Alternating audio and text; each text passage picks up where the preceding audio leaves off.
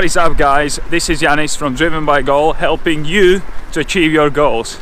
I've just arrived in London and I'm heading down to the Ibis Hotel where the event called Create Your Extraordinary Life is going to be taking the place, and I'm going to be helping to organize the event. So I'm looking forward to meet new people and spend a great day.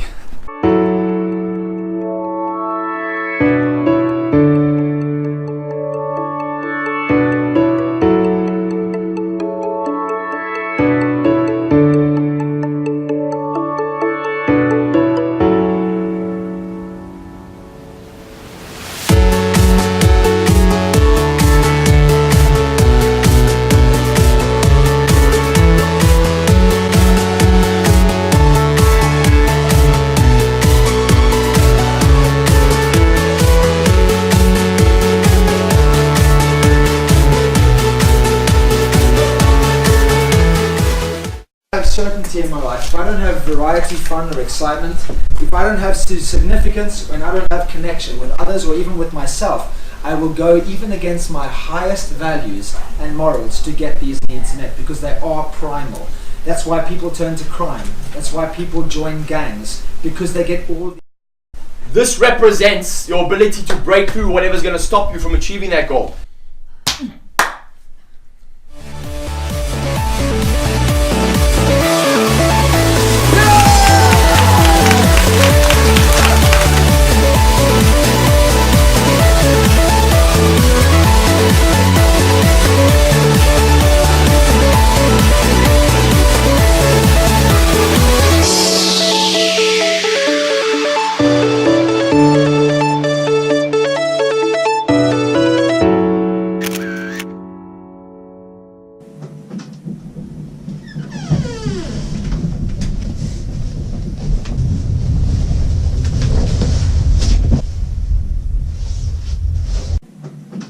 So I've checked in my hotel, and I've got a reasonably small room, but there is three most important things I need, and that is bed, shower, and enough space on the floor to do my morning workout. So that's fine. There's the two things I'm not quite happy with. One is being light in this room, because obviously I have to do this vlog and it's not gonna look great, but I have to do the best I can with what I've got. I don't want to make excuses and say, oh, I didn't do the vlog because the lighting was shit. And the second thing, what is probably not bothering you guys but is bothering me, is I can hear the London Overground very well. Hopefully it's not gonna be disturbing me when I'm gonna go to sleep. But anyway, let's get into today's episode. And today I wanted to talk about planning. I think it's extremely important, whatever goal you set for yourself, then you do plan. And not just for one single goal, I think planning in general on everyday basis. So today I wanted to share how I plan, and hopefully you can take something away from it. This is not something I just pulled from the internet, put together, and I thought, oh, I'm gonna do the cool episode. This is the things I really do every day. So let's get into it. The first thing what I do is I set out my yearly goals. These are the big things I will be working towards. I normally do it at the beginning of the year. I buy a yearly calendar and get some sticky notes and just lay out my really big plans, and I tend to do it at the beginning of the year, almost like a New Year's resolutions, but it's not particularly that. It just is a new year, and I want to evaluate how I've been doing last year, and then I set my New Year's intentions and New Year's goals. One thing I would like to point out is that these big things work as a drivers for you. At least they do work for me, because these are the big things I'm really passionate about. For example, a couple of my big goals this year is, for example, to publish my very first book. Which is a big goal for me because I've never done it before. The second thing could be I'm planning to launch a mobile application related to personal development. So that's another goal. Number 3, I've got a mobile app which I want to launch, where I want to find a publisher and launch that as well. So these are the really big things, what gets me up in the morning and keeps me going when I need to work on the smaller tasks, which are not as exciting, but to achieve my big goals I need to do them. All right, so that's like first step, and that's what I do at the beginning of the year. I set out my yearly goals, the big goals, and they work as a drivers for me. Number 2 is I use a tool called Basecamp. So basically Basecamp is like advanced to-do list. You create a to-do, you assign the person who's going to do a task, and then you set a deadline for this particular task. And then obviously the person who is responsible about the task will have to make sure the task is completed by the certain date. I like it very much because I can collaborate with my team and I can set out the goals for the different people and keep an eye on all my projects in one place. The Basecamp for projects is a paid tool. So obviously I pay something like $30 a month for me to be able to use it.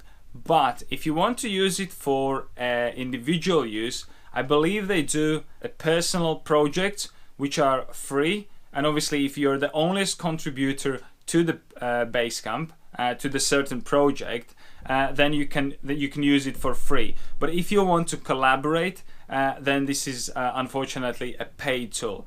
But as I said, I've been using it for quite a long time, and it has helped me so much to communicate with my team and get so many things done.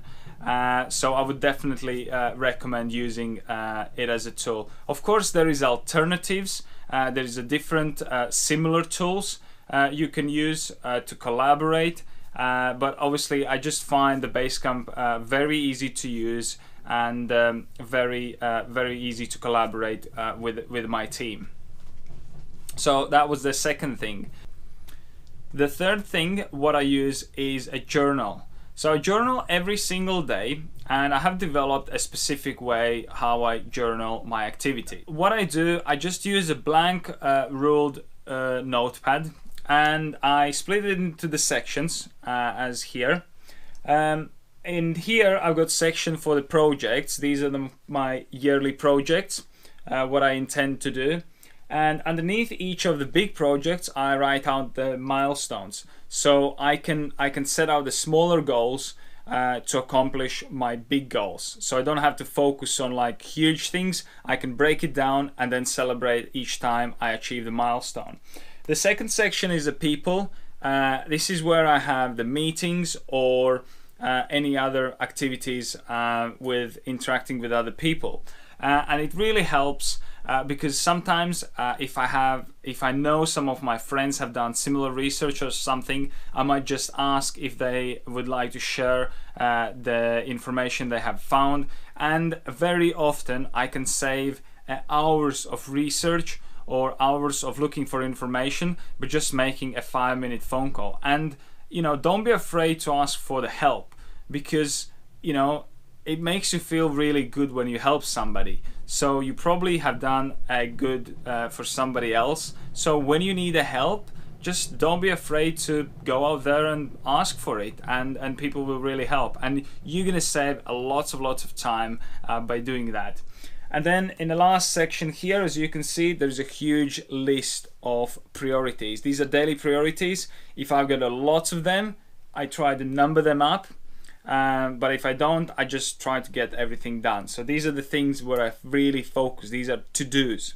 And on opposite section, what I do, I write down the time I spend on each activity, and then how much time did it took. What time I started, what time I finished, and what time, how much time I spent on activity. And this really keeps me engaged with my activities, and it makes me evaluate and put 100% focus in my activities, because what I noticed is when I put something down and if I say, oh, now I'm going to do this particular research, if my mind wanders off for some reason to some other, I don't know, websites or anything else, then I tend to draw my attention back on the activity because my subconscious is remembering what I'm focusing or what I'm supposed to be focusing on. And that really helps. And then another good thing is when you evaluate your daily capacity, then you can see what you've done good, what you've done not so good, and improve it if needed.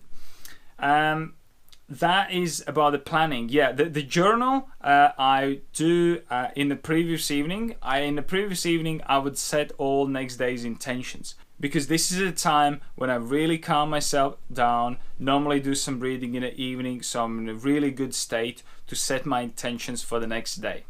And then throughout the day, I just work out through my activities and goals and everything else. So a couple of other tools that I use on the planning. I do use sometimes a Google Calendar, because it's great to create like meetings and invite other people. So in case I want to do like emergency meeting for my team, it's very comfortable to me to go on Google Calendar, create a meeting event, and then just invite everybody in this event. And then people can either reject it or approve their attendance. Which I find very, very useful for the team meetings. For the mobile devices, I could recommend the Awesome Calendar. It's great to synchronize your Google Calendar with all the other activities and just keep it on your mobile device all in one place. It's just awesome, yeah, Awesome Calendar. Yeah, that is pretty much from the tools I use. Another thing I want to mention here with regards to planning is reviewing your plans. I do two types of reviews of my plans. Well, actually three. The third one I'm not practicing as often, but I still do it sometimes, and I'll tell you which one is that.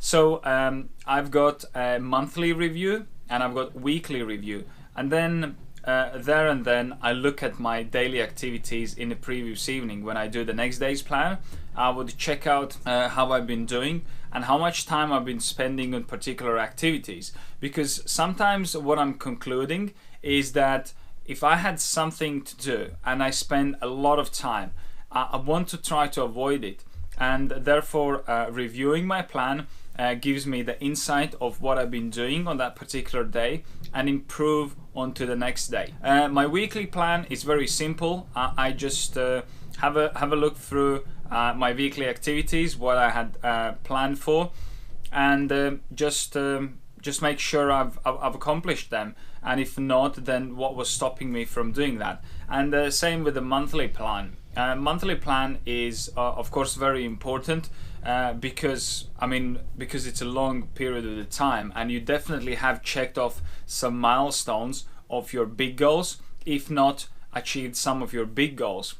So it is very important to take a monthly review very, very seriously, because you got to make sure that you're achieving your yearly goals. Of course, things are going to change very often. I've been developing websites, I've been developing mobile games, mobile applications, and things do change.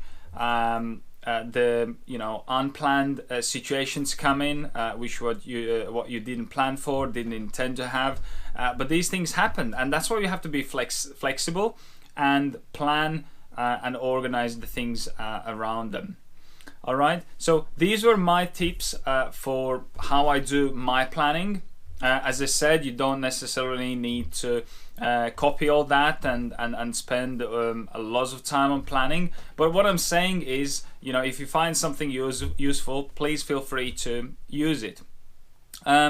Now, what I would like to ask you guys to share, what planning tools do you use in your everyday life? Is it a calendar, a Google Calendar, or is it anything else? And there is actually one thing what I haven't tried, and it's Evernote.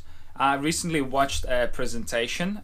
It was to do with the internet marketing, but I think it came up as a case study on the screen, and it said Evernote 50 million users. I'm not sure if that's correct, but I've heard quite often a lot of feedback about Evernote, but I've actually never ever used it. So if you have, please let me know if I should use it as a planning tool or tool to schedule a notes or anything. And otherwise, I'm looking forward to hear some of your feedback on how you do the planning, and what practices do you use. So thank you very much for watching. This was Janis from Driven by Goal, helping you to achieve your goals, and I'll see you in the next episode. Bye.